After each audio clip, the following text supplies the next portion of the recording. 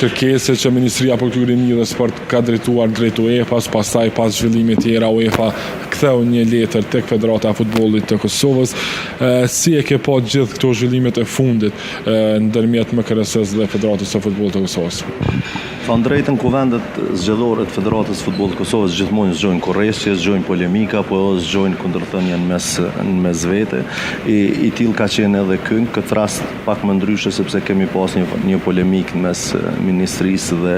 Federatës së Futbollit me një letër të ministrit drejtuar instanca ndërkombëtare UEFA-s dhe FIFA-s, që më pas